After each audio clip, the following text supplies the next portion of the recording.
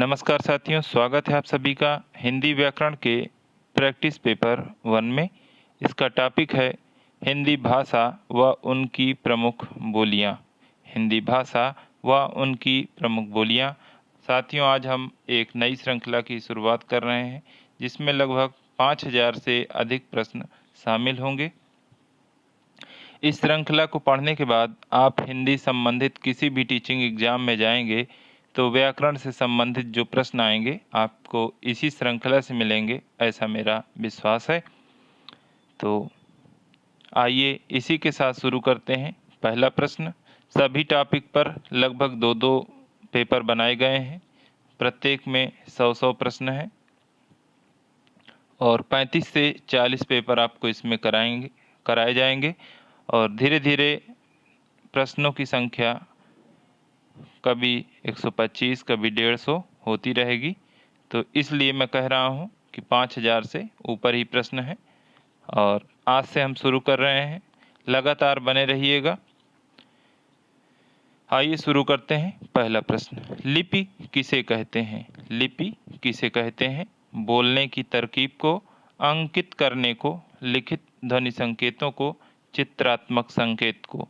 तो लिपि आप जानते हैं, लिखित ध्वनि संकेतों को लिपि कहा जाता है। दूसरा प्रश्न है, 14 सितंबर 1949 को भारतीय संविधान सभा ने हिंदी को भारत संघ की कौन सी भाषा का दर्जा दिया? हिंदी की बात हो रही है कि इसे कौन सी भाषा का दर्जा दिया गया? राजभाषा, संपर्क भाषा, राष्ट्रभाषा या लोक भाषा? तो सही विकल्प है राजभाषा का दर्जा दिया गया। हमारी कोई राष्ट्रभाषा नहीं है। ए ऑप्शन सही है। किसी देश के अधिकांश जन समुदाय द्वारा बोली जाने वाली भाषा को क्या कहते हैं? किसी देश के अधिकांश जन समुदाय द्वारा बोली जाने वाली भाषा को क्या कहते हैं? जनभाषा, संवैधानिक भाषा, संपर्क भाषा या राष्ट्रभाषा? तो उसे राष्ट्रभाषा कहते हैं। डी ऑप्शन सही है। चौथा प्रश्न है, मैक्स मूलर ने इंडो जर्मनिक नाम किस भाषा परिवार को दिया है? मैक्स मूलर ने इंडो जर्मनिक नाम किस भाषा परिवार को दिया है? यूरोपीय भाषा, वैदिक भाषा, भारोपीय भाषा, प्राकृत? तो उन्होंने भारोपीय भाषा नाम दिया है। इंडो जर्मनिक नाम भारोपीय भाषा परिवार को दिया है। सी ऑप्शन सही है। इनमें व्याख्या करने जैसा कुछ नहीं है। जहाँ पर होगा वहाँ पर व्याख्या की जाएगी।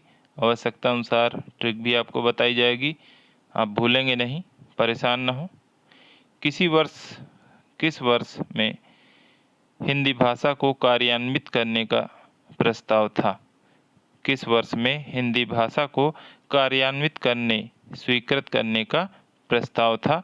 14 सितंबर 1950, 14 सितंबर 1949, 14 सितंबर 1960, 14 सितंबर 1964? बी ऑप्शन सही है। गुजराती भाषा का विकास किस अपभ्रंश से हुआ है? गुजराती भाषा का विकास किस अपभ्रंश से हुआ है? सौरसैनी अपभ्रंश से हुआ है। सी ऑप्शन सही है। कल कुछ साथियों का कमेंट आया था कि हमें प्लेलिस्ट नहीं मिल रही है। तो आप चैनल खोलिए, चैनल में होम मिलता है, फिर वीडियो, प्लेलिस्ट, पोस्ट। तो आप तीसरे वाले कॉलम में जाएंगे तो आपको सीरियल से प्लेलिस्ट मिल जाएंगी। व्याकरण पर आधारित अब तक मैंने लगभग 800 प्रश्न करवाए हैं। ये सीरीज अलग है और उन प्रश्नों को नहीं कराया जाएगा। ये बिल्कुल अलग है उससे। संविधान में प्रांतीय भाषाओं को किस अनुसूची द्वारा स्वीकार किया गया है? संविधान में प्रांतीय भाषाओं को किस अनुसूची द्वारा, अनुसूची की बात हो रही है तो 9वीं, 6ठी, 5वीं, 8वीं। 8वीं अनुसूची में 14 भाषाएं थी, अब 22 भाषाएं हैं। 8वीं अनुसूची 22 भाषाएं प्रेजेंट में है। 14 तब थी जब संविधान निर्माण हुआ था। हिंदी दिवस किस तिथि को मनाया जाता है? हिंदी दिवस किस तिथि को मनाया जाता है? जब भाषा को कार्यान्वित करने का जो दिन था उसी दिन हिंदी दिवस मनाया जाता है, 14 सितंबर को प्रत्येक वर्ष। अपभ्रंश में स्वरों की संख्या कितनी है? अपभ्रंश में स्वरों की संख्या कितनी है? 6, 5, 10, 8। तो अपभ्रंश में स्वरों की संख्या 8 है। डी ऑप्शन सही है। भाषा विज्ञान का विभाग नहीं है। भाषा विज्ञान का विभाग नहीं है। 10वां प्रश्न है, पदार्थ विज्ञान, स्वनिम विज्ञान, पद विज्ञान, ध्वनि विज्ञान। तो स्वनिम का अर्थ होता है ध्वनि। तो ये एक ही बात हो गई। ये भी एक हिंदी संबंध भाषा विज्ञान संबंधित है, लेकिन पदार्थ विज्ञान भाषा विज्ञान का विभाग नहीं है। हिंदी भाषा किस लिपि में लिखी जाती है? हिंदी भाषा किस लिपि में लिखी जाती है? ब्राह्मी, सौराष्ट्री, देवनागरी, गुरुमुखी। गुरुमुखी में गुजराती लिखी जाती है, पंजाबी लिखी जाती है। देवनागरी लिपि में हिंदी भाषा लिखी जाती है।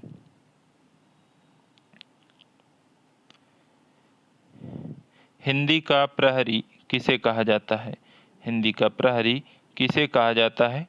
पी.डी. टंडन, कामता प्रसाद गुरु, ओ.टी.यूरी, सत्यनारायण, गिलक्राइस्ट। हिंदी का प्रहरी पी.डी. टंडन को कहा जाता है। ए ऑप्शन सही है। 13वां प्रश्न है, नागरी लिपि कैसी है?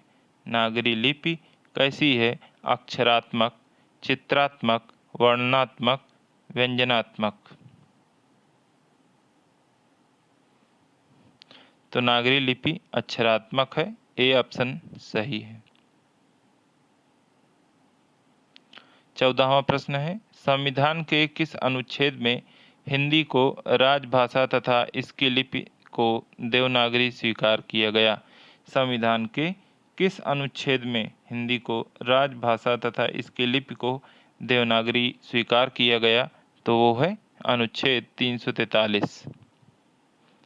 अमीर खुसरो ने हिंदी के लिए कौन सा शब्द प्रयुक्त किया है?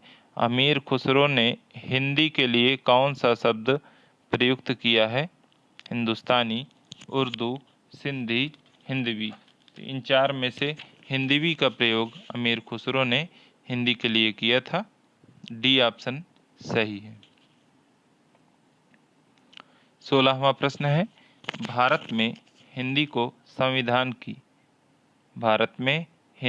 संविधान की किस धारा के अंतर्गत राजभाषा घोषित किया गया है? धारा 343, 1, 334, 33 इनका कोई मतलब नहीं है। धारा 343 1 के तहत हिंदी को संविधान के अंतर्गत राजभाषा घोषित किया गया है।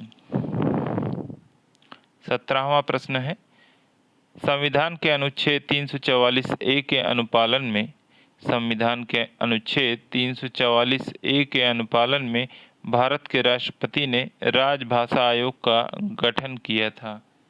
राजभाषा आयोग का गठन किया था 1970, 1955, 1965, 1960। सही विकल्प है 1955 में राजभाषा आयोग का गठन किया गया था। हिंदी भाषा की बोलियों के वर्गीकरण के आधार पर छत्तीसगढ़ी बोली है। 18वां प्रश्न है, हिंदी भाषा की बोलियों के वर्गीकरण के आधार पर छत्तीसगढ़ी बोली कैसी है? पहाड़ी हिंदी, पूर्वी हिंदी, पश्चिमी हिंदी, राजस्थानी हिंदी। पूर्वी हिंदी की ट्रिक आपको पहले ही बता चुके हैं, लेकिन ये नई श्रृंखला है तो यहाँ फिर से बताया जाएगा। छावब लिखना है। छत्तीसगढ़ी, अवधी, बघेली ये तीनों भाषाएं पूर्वी हिंदी के अंतर्गत आती हैं।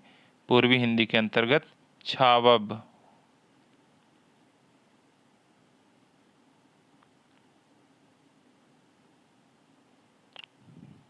पूर्वी हिंदी। छत्तीसगढ़ी, अवधी, बघेली। पूर्वी हिंदी। हिंदी की आदि जननी क्या है? हिंदी की आदि जननी क्या है? संस्कृत, प्राकृत, अपभ्रंश, पाली। तो आदि जननी की बात होती है तो संस्कृत है। ए ऑप्शन सही है। ब्रज भाषा है। जैसे जैसे आएंगे वैसे वैसे आपको ट्रिक बताते चलेंगे। कोशिश करिए कि लिख लें। फिर भी अगर कोई दिक्कत होती है तो आप टेलीग्राम पर मुझे मैसेज करिएगा, वहाँ मैं लिख कर भेज दूँगा। ब्रजभाषा है पहाड़ी हिंदी, पूर्वी हिंदी, पश्चिमी हिंदी, राजस्थानी हिंदी। तो पूर्वी हिंदी की तो ट्रिक आप जानते हैं, छावब। अब पश्चिमी हिंदी देखते हैं क्या है।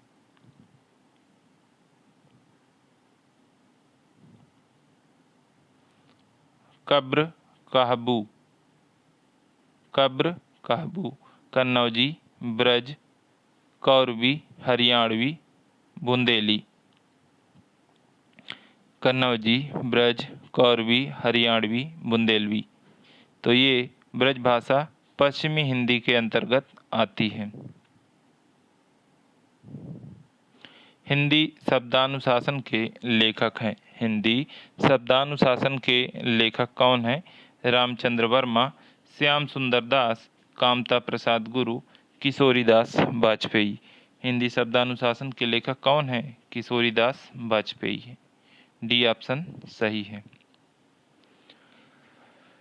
देवनागरी लिपि का सर्वप्रथम प्रयोग कहाँ हुआ था? देवनागरी लिपि का सर्वप्रथम प्रयोग कहाँ हुआ था? अपभ्रंश साहित्य में, जयभट्ट के शिलालेख में, पाणिनिकृत अष्टाध्यायी में, अमीर खुसरो की पुस्तक में। तो देवनागरी लिपि का सर्वप्रथम प्रयोग जयभट्ट के शिलालेख में हुआ था। बी ऑप्शन सही है।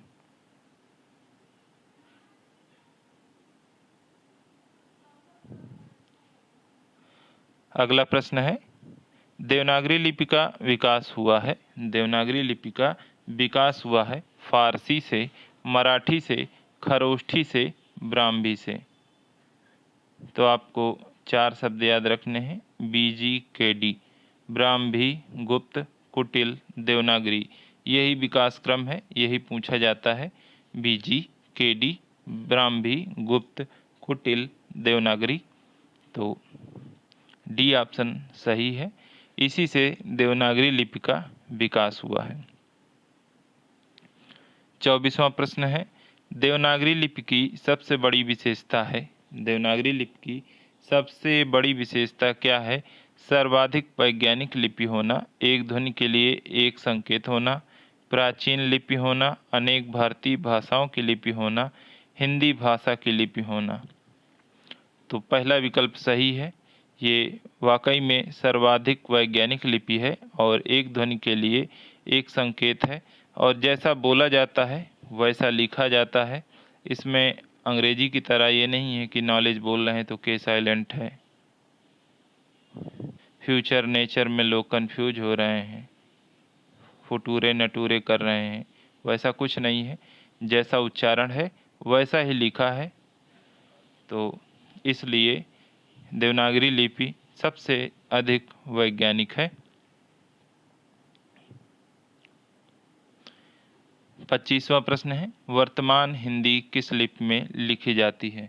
वर्तमान हिंदी किस लिपि में लिखी जाती है? देवनागरी, खरोष्ठी, पाली, मंदारिन। मंदारिन चीन वाली भाषा है जो ऐसे ऐसे करके लिख देते हैं, समझ में नहीं आती है, वही है मंदारिन। लेकिन हिंदी देवनागरी लिपि में लिखी जाती है। इनमें बिहारी हिंदी का रूप नहीं है। बिहारी हिंदी का रूप नहीं है। तो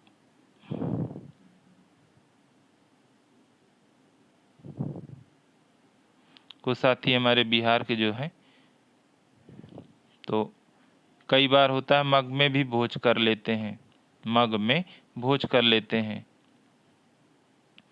मान लीजिए आज थाली नहीं है या कुछ कमरे में लोग आ गए तो मग में भोज कर लिया, तो मगही मैथिली, भोजपुरी। ये 3 भाषाएं हैं बिहारी हिंदी के अंतर्गत, और ये अवधी तो छावब है, तो ये बिहारी हिंदी का रूप नहीं है। मगमे भोज बिहारी हिंदी।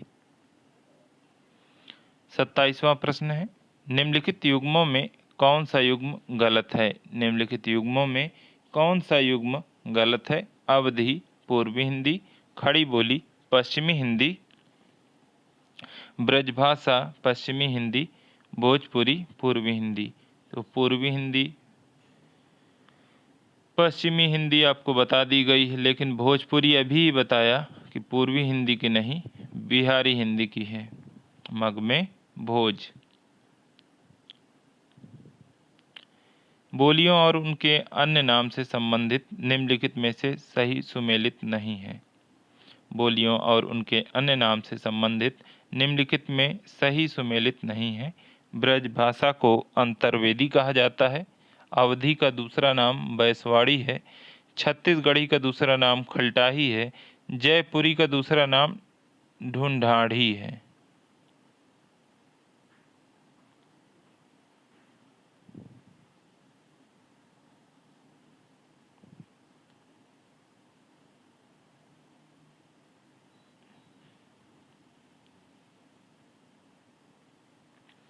ये वाला ढूंढाड़ी है, और जयपुरी को ढूंढाड़ी के नाम से जाना जाता है, बांगरू के नाम से नहीं। तो यहाँ पर डी संबंधित नहीं है, बाकी सभी सही है। 29वां प्रश्न है, निम्नलिखित बोलियों में से पूर्वी हिंदी की बोली नहीं है। पूर्वी हिंदी की बोली नहीं है। छावब, छत्तीसगढ़ी, अवधी, बघेली। आपको ट्रिक याद रखनी है, उसके बाहर प्रश्न नहीं आएगा बोलियों में। तो भोजपुरी किसकी है? मगमे भोज बिहारी हिंदी। बौद्ध धर्म से जुड़े हुए साहित्य की भाषा है। बौद्ध धर्म से जुड़े हुए साहित्य की भाषा क्या है? तो लौकिक संस्कृत, पाली, वैदिक संस्कृत, प्राकृत। बौद्ध धर्म से जुड़े हुए साहित्य की भाषा क्या है? पाली है। गौतम बुद्ध ने अपने उपदेश पाली भाषा में दिए। हिंदी डैश डैश भाषा की उत्तराधिकारिणी है। उत्तराधिकारी किसकी है?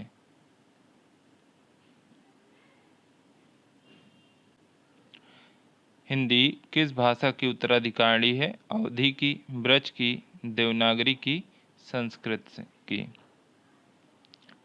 तो संस्कृत से ही सारी भाषाएं बनी हैं, तो संस्कृत की ही हिंदी उत्तराधिकारी है। डी ऑप्शन सही है। 32वां प्रश्न है, खड़ी बोली हिंदी की उत्पत्ति हुई है। खड़ी बोली हिंदी की उत्पत्ति किससे हुई है? सौर सैनी अपभ्रंश से, पैसाची अपभ्रंश से, अर्धमागधी अपभ्रंश से, मागधी अपभ्रंश से। तो ए ऑप्शन सही है, सौर सैनी अपभ्रंश से खड़ी बोली हिंदी की उत्पत्ति हुई है। 33वां प्रश्न है, अवधी और ब्रज, अवधी और ब्रज दोनों भाषाओं में रचना करने वाले कवि हैं। अवधी और ब्रज दोनों भाषाओं में रचना करने वाले कवि कौन हैं? घनानंद, सूरदास, तुलसीदास, उपर्युक्त सभी। तो अवधी और ब्रज दोनों में तुलसीदास जी ने रचना की है। सी ऑप्शन सही है। संसार की प्रमुख भाषाओं में हिंदी का स्थान है। संसार की प्रमुख भाषाओं में हिंदी का स्थान कौन सा है? दूसरा, तीसरा, चौथा, पहला। संसार की प्रमुख भाषाओं में हिंदी का तीसरा स्थान है। 35वां प्रश्न है, पश्चिमी हिंदी की सर्वाधिक प्रमुख बोली इनमें से क्या है? पश्चिमी हिंदी की सर्वाधिक प्रमुख बोली इनमें से क्या है? खड़ी बोली, ब्रज भाषा, बुंदेली, बांगरू। तो पश्चिमी हिंदी की सर्वाधिक प्रमुख बोली है ब्रज भाषा। बी ऑप्शन सही है। हरियाणवी या बांगरू, हरियाणवी को दूसरा नाम है बांगरू, किस अपभ्रंश से विकसित हुई है? हरियाणवी किस अपभ्रंश से विकसित हुई है? मागधी, अर्धमागधी, पश्चिमोत्तरी सौरसैनी, नागर अपभ्रंश। तो पश्चिमोत्तरी सौरसैनी से विकसित हुई है।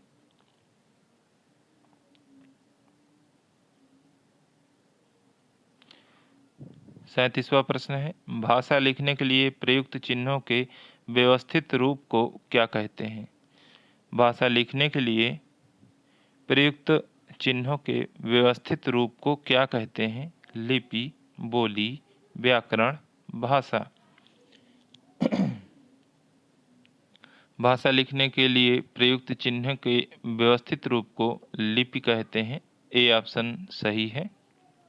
38वां प्रश्न है, निम्नलिखित में कौन सी विशेषता देवनागरी में नहीं है? निम्नलिखित में से कौन सी विशेषता देवनागरी में नहीं है?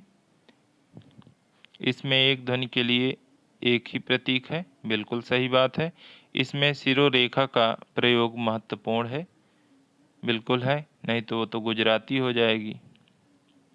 गुजराती में शिरोरेखा नहीं लगाई जाती है और ये पूछा भी जाता है। विकास की दृष्टि से यह लिपि, मोदी जी को देखा होगा ऐसे दस्तखत करते हैं,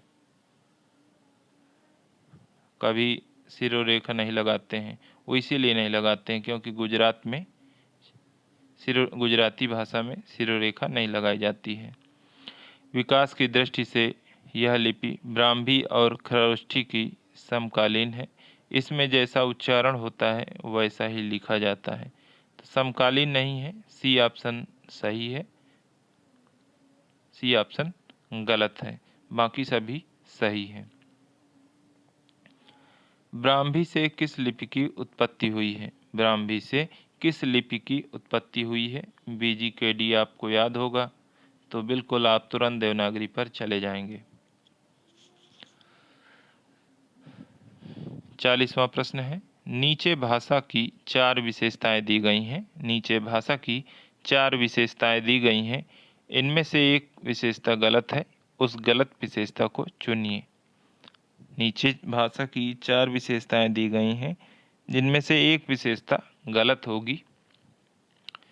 भाषा अनुकरण द्वारा सीखी जाती है, बिल्कुल सीखी जाती है। भाषा सामाजिक संपत्ति होती है, बिल्कुल हम लोग समाज से सीखते हैं और ये समाज में रहती है। भाषा पैतृक संपत्ति होती है। भाषा परिवर्तनशील होती है।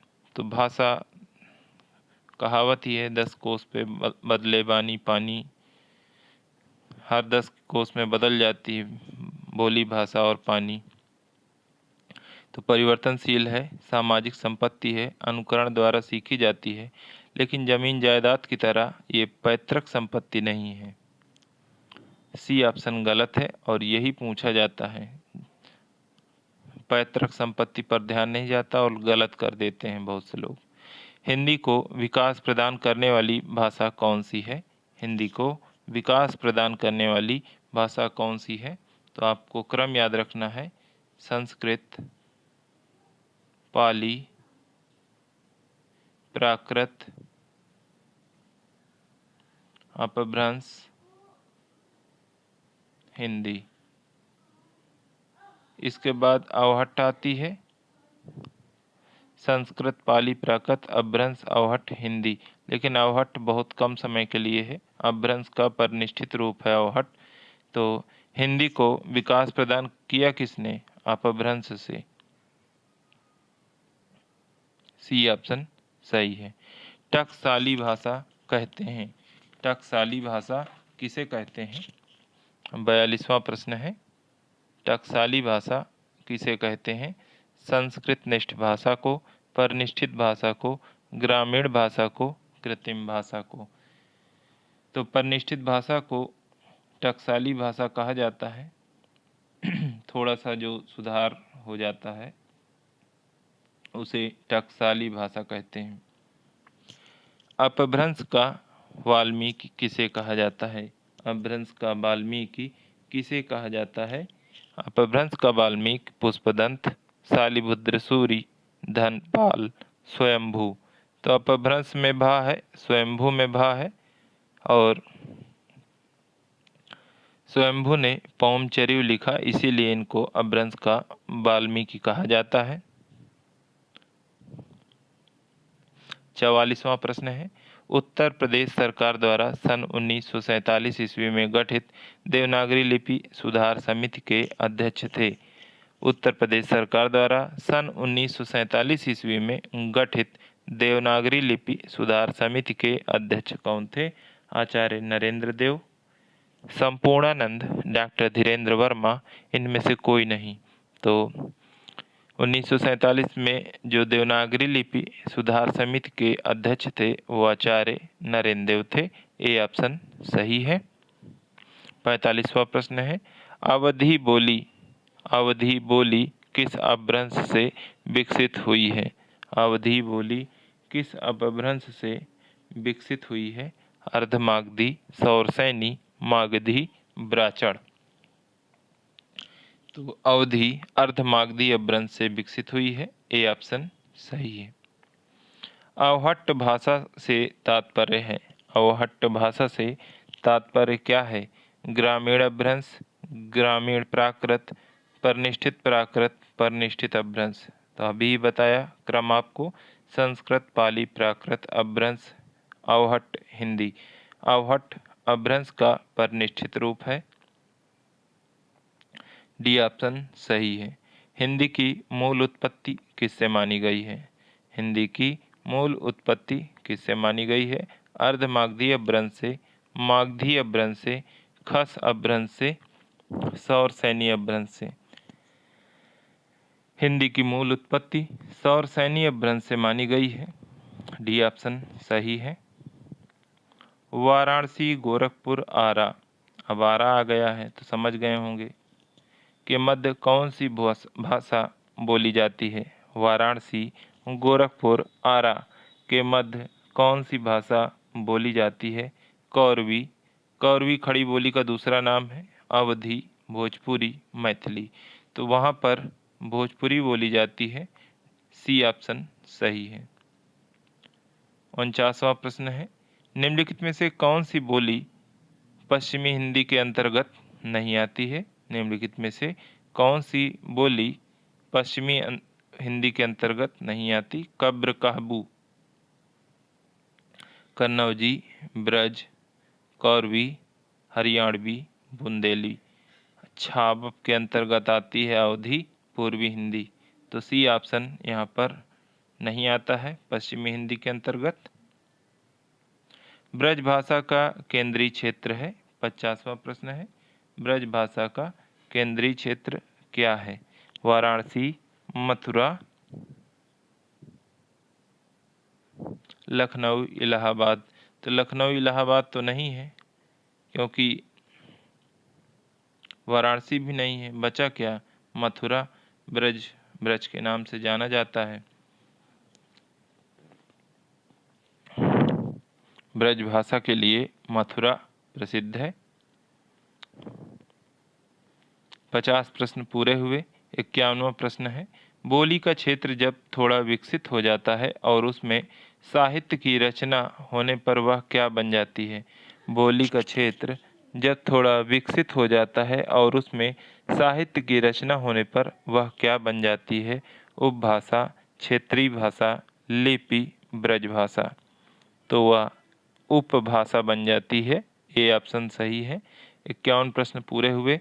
सभी साथियों से निवेदन है कि वीडियो को लाइक अवश्य करें, चैनल को सब्सक्राइब करें और जो साथी किसी भी समस्या का सामना कर रहे हैं, उन्हें वीडियो नहीं मिल पा रहे हैं, तो हमारे टेलीग्राम चैनल से अवश्य जुड़ जाएं। और आज के ये प्रश्न कैसे हैं सभी साथी ज़रूर बताएं। आपका कमेंट ही हमें आगे बढ़ने की प्रेरणा देता है। आइए शुरू करते हैं अगला प्रश्न। बांगरू किस उपभाषा वर्ग की बोली है? बांगरू किस उपभाषा वर्ग की बोली है? पूर्वी हिंदी, बिहारी, पहाड़ी हिंदी, पश्चिमी हिंदी। पश्चिमी हिंदी की ही ये बोली है बांगरू। हरियाणवी का दूसरा नाम है। कब्र कहबू में हा का दूसरा नाम है बांगरू। बुंदेली का क्षेत्र है। 53वां प्रश्न है, बुंदेली का क्षेत्र कौन सा है? आगरा, मथुरा। अब मथुरा आ गया है तो नहीं होगा। पानीपत, सोनीपत, कुरुक्षेत्र, झांसी, जालौन, दतिया, जयपुर, अजमेर, जोधपुर। तो ये भी नहीं होगा। पानीपत, सोनीपत ये पंजाब में है। बचा क्या? झांसी, जालौन, दतिया, ये बुंदेली का क्षेत्र है। सी ऑप्शन सही है।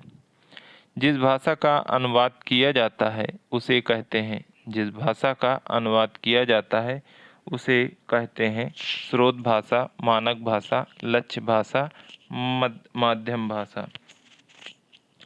जैसे इस भाषा का अनुवाद करेंगे तो इसे स्रोत भाषा कहेंगे। अंगिका किस राज्य की बोली है? अंगिका किस राज्य की बोली है? बंगाल, छत्तीसगढ़, बिहार, मध्य प्रदेश। अंगिका बिहार राज्य की बोली है। बी ऑप्शन सही है। 56वां प्रश्न है, ब्रज हिंदी की किस उपभाषा के अंतर्गत है? ब्रज हिंदी की किस उपभाषा के अंतर्गत है? तो अभी बताया, कब्र कहबू पश्चिमी हिंदी।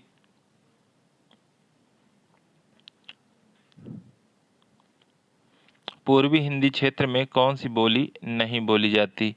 पूर्वी हिंदी क्षेत्र में छावा आता है परंतु जयपुरी नहीं आता। ये राजस्थानी हिंदी की बोली है। 58वां प्रश्न है, कर्ता के साथ ने का प्रयोग न होना किस उपभाषा की प्रमुख विशेषता है? कर्ता के साथ ने का प्रयोग न होना किस उपभाषा की प्रमुख विशेषता है? राजस्थानी हिंदी, पश्चिमी हिंदी, पहाड़ी हिंदी, पूर्वी हिंदी। तो अवधि वाले जो साथी होंगे वो ये चीज़ महसूस करते होंगे अवधि भाषा बोलते समय कि उन्होंने ने शब्द का प्रयोग नहीं करते हैं। ने का प्रयोग अवधि में नहीं होता है, ये पूर्वी हिंदी के अंतर्गत आती है। 59वां प्रश्न है, निम्नलिखित में से कौन सी बोली उत्तर प्रदेश में बोली जाती है? निम्नलिखित में से कौन सी बोली उत्तर प्रदेश में बोली जाती है? बांगरू, मगही, हाड़ौती, कन्नौजी। तो कन्नौजी उत्तर प्रदेश में बोली जाती है। डी ऑप्शन सही है। 60वां प्रश्न है, मथुरा और वृंदावन में प्रमुखतः कौन सी भाषा बोली जाती है? मथुरा और वृंदावन में प्रमुखतः कौन सी भाषा बोली जाती है? ब्रज भाषा, मराठी, मारवाड़ी, संस्कृत। तो मथुरा में ब्रज भाषा बोली जाती है। ए ऑप्शन सही है। किस तिथि को हिंदी को राजभाषा बनाने का निर्णय लिया गया? किस तिथि को हिंदी को राजभाषा बनाने का निर्णय लिया गया? तो 14 सितंबर 1949 को। इसीलिए इस दिन हिंदी दिवस मनाया जाता है। जो साथी साहित्य संबंधित कोई भी समस्या का सामना कर रहे हैं, उन्हें प्रश्न नहीं मिल पा रहे हैं, अच्छी व्याख्या नहीं मिल पा रही है, एक बार हमारी प्लेलिस्ट में जाकर अवश्य पढ़ें। आदिकाल, भक्तिकाल, रीतिकाल, आधुनिक काल सब कुछ कराया जा चुका है। अब गद्य विधाएं, उपन्यास, कहानी भी हो चुके हैं। अब इसके बाद नाटक और आगे चलता रहेगा। लगभग आप ये मान के चलिए 70% सिलेबस मैंने प्रश्नों के माध्यम से कवर कर दिया है। 30% बचा है, वो भी आपकी टीजीटी परीक्षा से पहले करवा दिया जाएगा। कोई भी प्रश्न 10-15 प्रश्नों को छोड़कर कोई भी प्रश्न आपको इन प्रश्नों के बाहर नहीं मिलेगा, क्योंकि 15,000 प्रश्न बहुत होते हैं। 62वां प्रश्न है, निम्न में कौन सी बोली उत्तर प्रदेश की नहीं है? निम्न में कौन सी बोली उत्तर प्रदेश की नहीं है? भोजपुरी, मेवाती, ब्रज, कन्नौजी। तो ये राजस्थानी हिंदी है, मेवाती। मामा मेज, मारवाड़ी, मालवी, मेवाती, जयपुरी। मैं सोच रहा था कि राजस्थानी हिंदी आए और वहाँ पर स्पेशल प्रश्न में मैं ट्रिक लिखूं, लेकिन मामा मेज आप याद रखिए। मामा की मेज है मारवाड़ी, मालवी, मेवाती, जयपुरी। जयपुरी का दूसरा नाम है ढूंढाड़ी। तो ये उत्तर प्रदेश की नहीं है। बाकी भोजपुरी देखते हैं आप, वाराणसी, गाजीपुर, बलिया इधर सब बोली जाती है। कन्नौजी भी बोली जाती है, ब्रज भी बोली जाती है, मेवाती यहाँ नहीं चलती है। कौन सी प्राचीन भाषा नहीं है? कौन सी प्राचीन भाषा नहीं है? प्राकृत, संस्कृत, अपभ्रंश, पंजाबी। तो पंजाबी प्राचीन भाषा नहीं है, बाकी सभी प्राचीन भाषाएं हैं। बघेली बोली का संबंध किस उपभाषा से है? बघेली बोली का संबंध किस उपभाषा से है? छावब, पूर्वी हिंदी। अब देखिए राजस्थानी आ गई, मामा मेज। कौन सी बोली बिहारी की नहीं है? मग में भोज,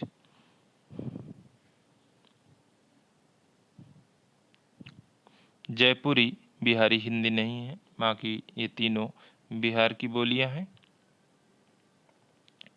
66वां प्रश्न है, संविधान सभा में हिंदी, हिंदुस्तानी और देवनागरी तथा अंतर्राष्ट्रीय अंकों को लेकर प्रस्तुत किए गए मुंशी आयंगर फार्मूला के प्रस्तोता हैं।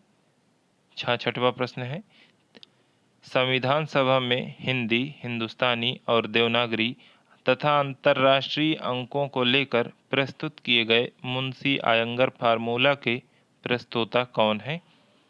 कन्हैयालाल मिश्र प्रभाकर माचवे, पद्मलाल पुन्नालाल बख्शी, गोपाल स्वामी अयंगर और रामधारी सिंह दिनकर, कन्हैयालाल मणिकलाल मुंशी और गोपाल स्वामी अयंगर।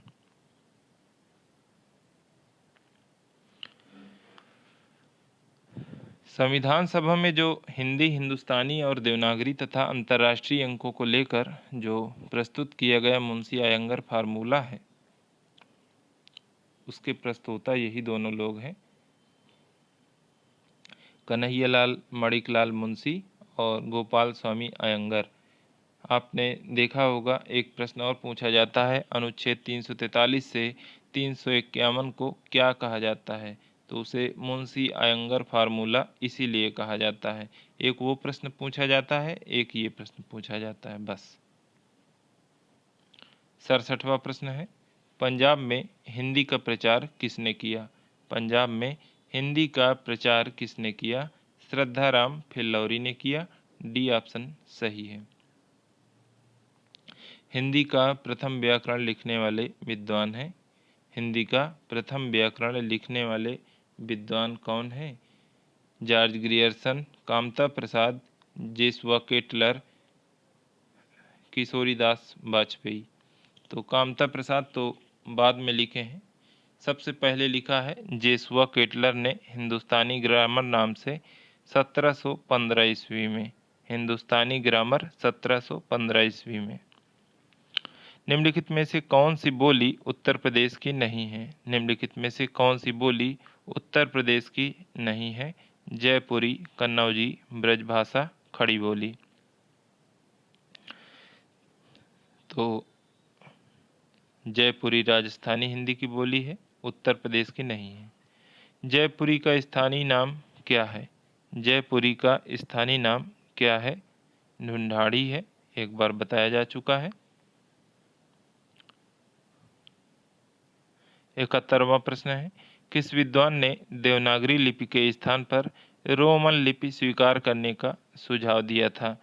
किस विद्वान ने देवनागरी लिपि के स्थान पर रोमन लिपि स्वीकार करने का सुझाव दिया था? काका कालेलकर, महात्मा गांधी, विनोबा भावे, सुनीत कुमार चटर्जी। रोमन लिपि का सुझाव दिया था सुनीत कुमार चटर्जी ने। डी ऑप्शन सही है।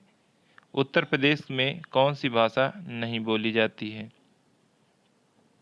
तो पहाड़ी तो नहीं बोली जाती है, अवधी बोली जाती है, ब्रजभाषा बोली जाती है, कन्नौजी बोली जाती है, परंतु पहाड़ी भाषा यहाँ नहीं चलती है। आधुनिक भारतीय आर्य भाषाओं का विकास किससे हुआ है?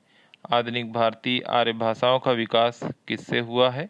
पाली, संस्कृत, अपभ्रंश, प्राकृत। आधुनिक भारतीय आर्य भाषाओं का विकास अपभ्रंश से हुआ है।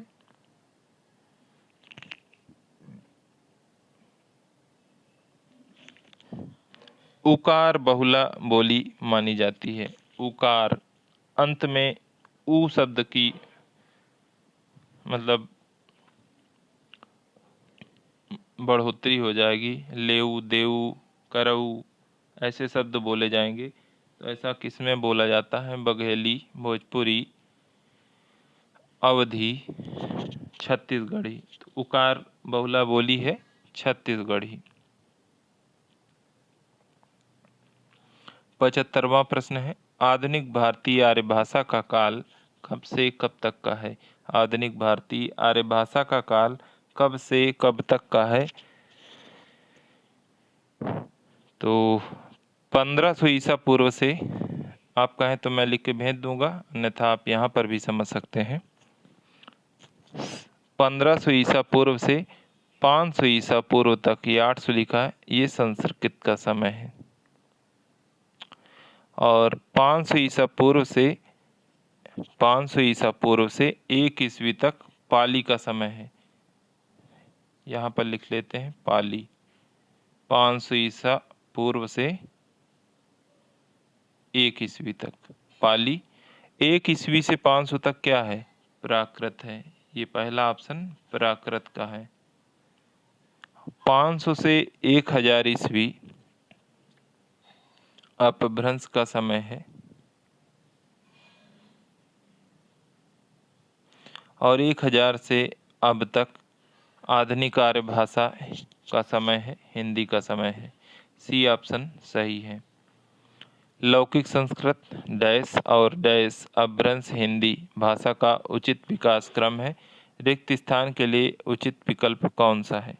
रिक्त स्थान के लिए उचित विकल्प कौन सा है? तो लौकिक संस्कृत के बाद के पहले आता है, जैसे संस्कृत को भी डिवाइड कर दें तो पहले वैदिक संस्कृत, फिर लौकिक संस्कृत, पाली, प्राकृत, अपभ्रंश, अवहट्ट, हिंदी।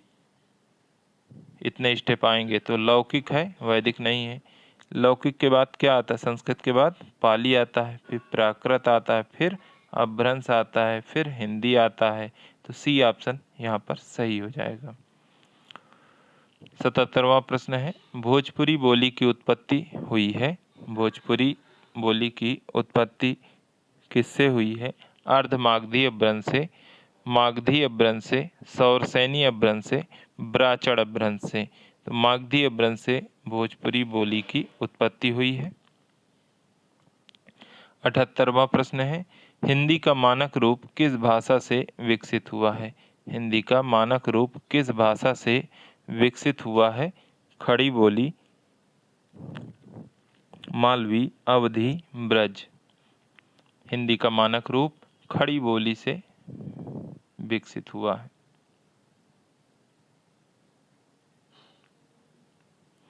मथुरा 79 है, मथुरा, आगरा, धौलपुर, ग्वालियर। मथुरा, आगरा, धौलपुर, ग्वालियर आदि क्षेत्र में कौन सी बोली बोली जाती है? कौन सी बोली? अब मथुरा आ गया है तो दूसरे ऑप्शन में जाने कोई मतलब नहीं बनता। ब्रज भाषा। 80 नंबर प्रश्न, मगही किस उपभाषा की बोली है? मगही किस उपभाषा की बोली है? तो मगमे भोज।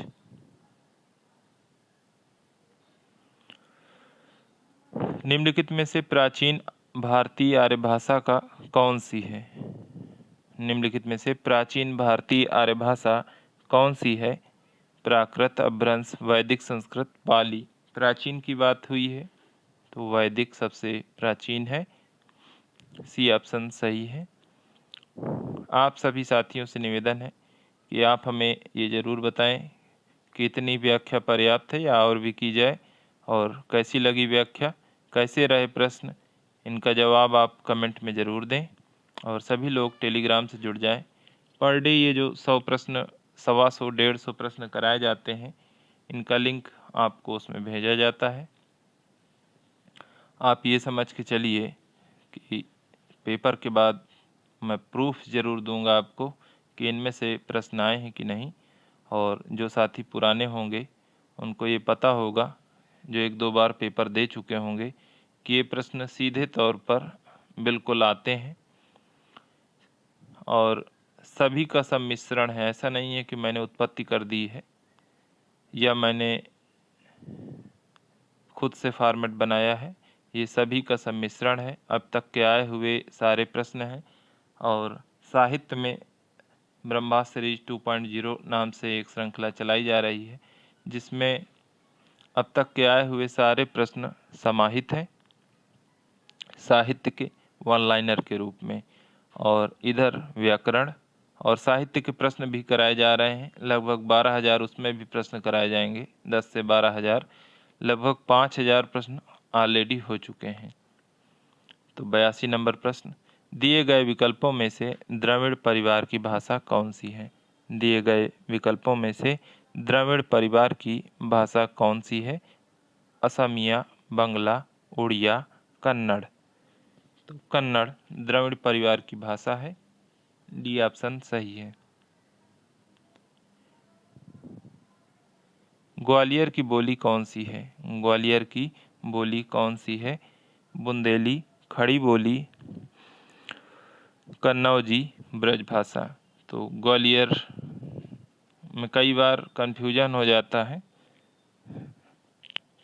ब्रजभाषा लोग लगा देते हैं। ब्रज नहीं, वहाँ पर बुंदेली बोली जाती है। हाड़ौती बोली कहाँ बोली जाती है? हाड़ौती बोली कहाँ बोली जाती है?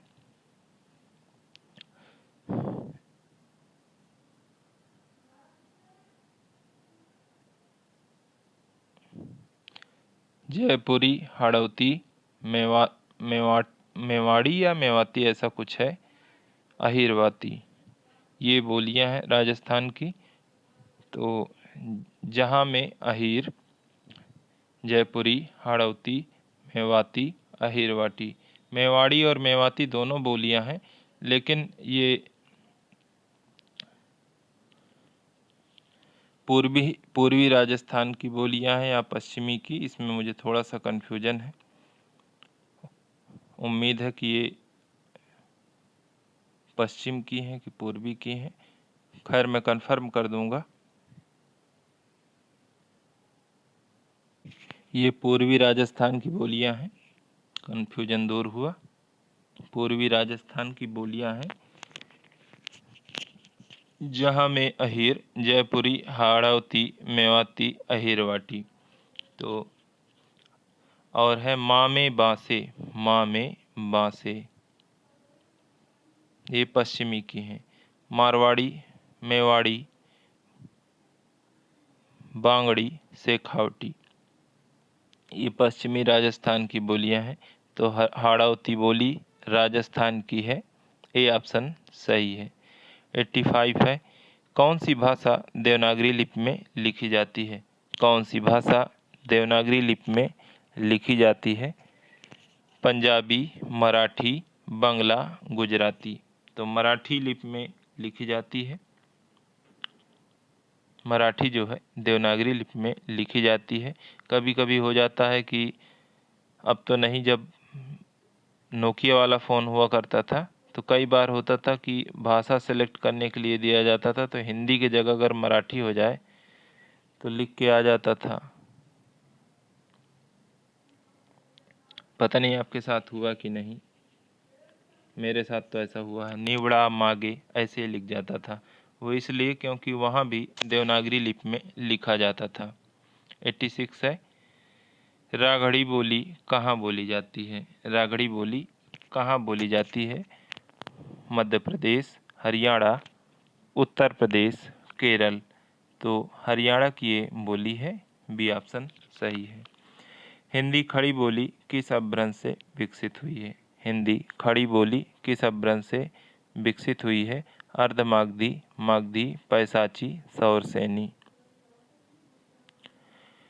सौरसेनी से विकसित हुई है। डी ऑप्शन सही है। 88 नंबर प्रश्न, इनमें से कौन सी बोली मध्य प्रदेश के प्रमुख बोलियों में से नहीं है? इनमें से कौन सी बोली मध्य प्रदेश की प्रमुख बोलियों में से नहीं है? बुंदेली, निमाड़ी, बांगरू, मालवी। बांगरू जो है मध्य प्रदेश की प्रमुख बोलियों में से नहीं है। हिंदी का पाणिनि किसे कहा जाता है? 89 है, हिंदी का पाणिनि किसे कहा जाता है? भोलानाथ तिवारी, रामचंद्र शुक्ल, किशोरीदास वाजपेयी, कामता प्रसाद गुरु। हिंदी का पाणिनि किशोरीदास वाजपेयी को कहा जाता है। सी ऑप्शन सही है। 90 नंबर प्रश्न, बघेली बोली किस क्षेत्र की बोली है? बघेली किस क्षेत्र की बोली है? बघेल खंड से संबंधित है।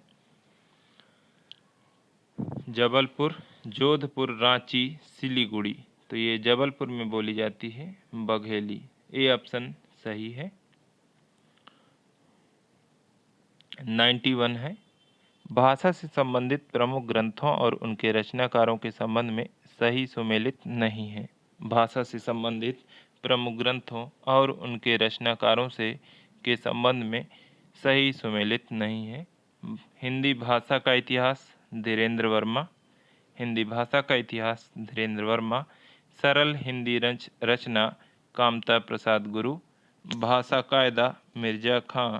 भाषा चंद्रोदय नवीन चंद्र राय। तो ये तो सही है, परंतु भाषा कायदा मिर्जा खां का नहीं, लल्लू लाल का है। ब्रज भाषा का व्याकरण है लल्लू लाल। ब्रज भाषा का व्याकरण है और 1810 ईस्वी में ये लिखा गया। भाषा कायदा लल्लू लाल।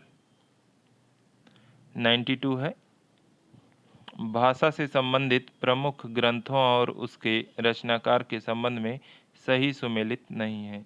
भाषा से संबंधित प्रमुख ग्रंथों और उसके रचनाकार के संबंध में सही सुमेलित नहीं है। हिंदी भाषा का उद्भव और विकास उदय नारायण तिवारी। संक्षिप्त व्याकरण कामता प्रसाद गुरु। संक्षिप्त व्याकरण कामता प्रसाद गुरु। सामान्य भाषा विज्ञान बाबूराम सक्सेना। भाषा विज्ञान की भूमिका भोलानाथ तिवारी। सभी सही हैं। भाषा विज्ञान की भूमिका देवेंद्रनाथ शर्मा का है, भोलानाथ तिवारी का नहीं, देवेंद्रनाथ शर्मा। बाकी सभी विकल्प सही हैं। 93 है, निम्नलिखित में से कौन सा ग्रंथ डॉक्टर भोलानाथ तिवारी द्वारा रचित नहीं है? शब्दों का जीवन बिल्कुल है। हिंदी भाषा की रचना, हिंदी भाषा का संक्षिप्त इतिहास, भाषा शास्त्र की रूपरेखा। भाषा शास्त्र की रूपरेखा डॉक्टर उदयनाथ तिवारी का है।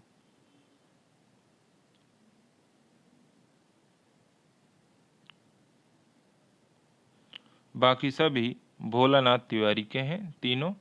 डी ऑप्शन यहाँ पर उदयनाथ तिवारी का है। 94 है, भाषा से संबंधित प्रमुख ग्रंथों और उनके रचनाकारों के संबंध में असुमेलित विकल्प है। भाषा से संबंधित प्रमुख ग्रंथों और उनके रचनाकारों के संबंध में असुमेलित विकल्प है। हिंदी भाषा का समाजशास्त्र जगदीश कश्यप। ये डॉक्टर रविंद्रनाथ श्री का ग्रंथ है।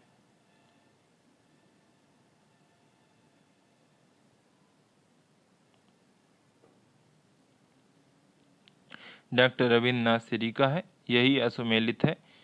आधुनिक हिंदी व्याकरण एडविन ग्रीव्स। नागरी लिपि और हिंदी वर्तनी डॉक्टर अनंत चौधरी। हिंदी भाषा के विकास में अपभ्रंश का योगदान डॉक्टर नामवर सिंह। सभी सही हैं पहले को छोड़कर। पहला जो है हिंदी भाषा का समाजशास्त्र डॉक्टर रविंद्रनाथ श्री का है। 95 है, भाषा से संबंधित प्रमुख ग्रंथों और उनके रचनाकारों के संबंध में असुमेलित विकल्प है। असुमेलित देने का मतलब ये है कि अधिक से अधिक ग्रंथ आप तक पहुंच जाएं। A dictionary of Hindustani language. A dictionary of Hindustani language John Ferguson. एक नहीं, a grammar of the Hindi language S H. Kellogg. Hindustani grammar John Joshua Ketler. Hindustani व्याकरण कामता प्रसाद गुरु। तो ये गलत है, क्योंकि कामता प्रसाद गुरु ने व्याकरण, प्रथम हिंदी व्याकरण, संक्षिप्त व्याकरण ऐसे कई ग्रंथ लिखे हैं, परंतु हिंदुस्तानी व्याकरण लिखा है जॉन गिलक्राइस्ट ने 1790 में। जॉन गिलक्राइस्ट ने 1790 में। 96 है, निम्नलिखित में से कौन सा कथन सत्य नहीं है? निम्नलिखित में से कौन सा कथन सत्य नहीं है? भारतेंदु ने खड़ी बोली को परदेसी भाषा कहा है। महात्मा गांधी ने हिंदुस्तानी भाषा का समर्थन किया। बिल्कुल करेंगे, ऐसे थोड़ी ना राष्ट्रपिता बन गए। हिंदुस्तानी का अभिप्राय हिंदू और उर्दू मिश्रित भाषा से है। हिंदुस्तानी का अभिप्राय हिंदी और उर्दू मिश्रित भाषा से है। भारत को इंडिया नाम इंग्लैंड के निवासियों से मिला, तो ऐसा नहीं था। इंग्लैंड के निवासियों ने भारत को इंडिया नाम नहीं दिया।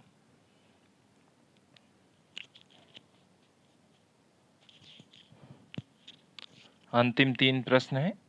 निम्नलिखित में से कौन सी भाषा देवनागरी लिपि में नहीं लिखी जाती है?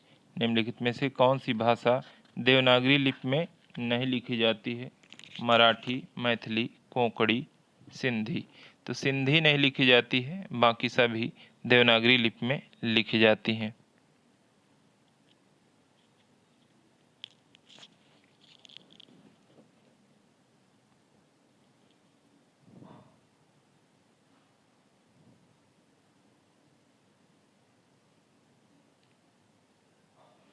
सिंधी नहीं लिखी जाती। निम्नलिखित में से नेपाली किस लिपि में नहीं लिखी जाती? निम्नलिखित में से नेपाली किस लिपि में नहीं लिखी जाती? देवनागरी, रंजना, भूजिंगोल, शारदा। तो शारदा लिपि में नेपाली भाषा नहीं लिखी जाती। बाकी ये तीनों लिपियां नेपाली भाषा को लिखने में प्रयुक्त होती हैं। रंजना और भूजिंगोल को आप विशेष तौर पर याद रखिए, क्योंकि भूजिंगोल लगता है कि कुछ नए ग्रह से कुछ आ गया, तो वहाँ पर भूजिंगोल ही सबसे पहले हटाते हैं। निम्नलिखित में से किस लिपि में शिरोरेखा नहीं होती? शिरोरेखा नहीं होती। देवनागरी, गुजराती, रंजना, गुरुमुखी। तो अभी आपको बताया था मोदी जी सिग्नेचर कैसे करते हैं, एक बार देखिएगा। गुजराती लिपि। लास्ट प्रश्न है, लिखित भाषा में मूलध्वनियों के लिए जो चिन्ह मान लिए गए हैं वे सभी वर्ण कहलाते हैं। लिखित भाषा में मूलध्वनियों के लिए जो चिन्ह मान लिए गए हैं वे सभी वर्ण कहलाते हैं, पर जिस रूप में लिखे जाते हैं उसे लिपि कहते हैं। पर जिस रूप में लिखे जाते हैं उसे लिपि कहते हैं। लिपि की यह परिभाषा किसने दी है? तो ये परिभाषा है कामता प्रसाद गुरु जी की।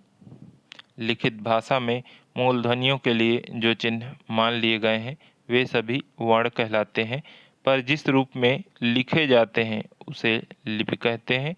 लिपि की यह परिभाषा कामता प्रसाद गुरु ने दी है। पेपर प्रैक्टिस 2 है। ये वही पेपर है, लेकिन इसमें काफ़ी सारे प्रश्न नए जोड़े गए हैं, तो ऐसा मत सोचिएगा कि फिर से कराया जा रहा है, क्योंकि वो पेपर बहुत कम लोगों तक पहुंचा। करीब 200 से 250 लोगों ने ही उसे पढ़ा, तो इसलिए उसमें कुछ नए प्रश्न समाहित करके इसे फिर से करवाया जाएगा। लगातार साथियों बने रहें। आप अपनी प्रतिक्रिया अवश्य दें, वीडियो को लाइक करें, चैनल को सब्सक्राइब करें और आप हमारे टेलीग्राम चैनल से जुड़ें। और ये देखिए, पहला प्रश्न है, आप चाहें तो इसका उत्तर दे सकते हैं कि इसका सही उत्तर क्या है। मेवाती किस उपभाषा वर्ग की बोली है? चिल्ला चिल्ला के ऑप्शन बता रहे हैं। आपने अभी 100 प्रश्न पढ़े हैं। इसी प्रकार से जब वहाँ पर ज़्यादा तो नहीं कह रहा हूँ, पर 2 प्रश्न आज की क्लास से अगर ना आए तो फिर बेकार है। आज के इस टेस्ट पेपर से 2 प्रश्न तो कहीं नहीं गए। आप भी महसूस कर रहे होंगे प्रश्नों की महत्ता। तो एक बार साथियों सभी को शेयर ज़रूर करें और अधिक से अधिक चैनल को सब्सक्राइब करें, टेलीग्राम से जुड़ें। कोई समस्या है तो आप हमसे पूछ सकते हैं, डायरेक्ट मैसेज करिए। आज के लिए इतना ही। बहुत बहुत धन्यवाद। नमस्कार।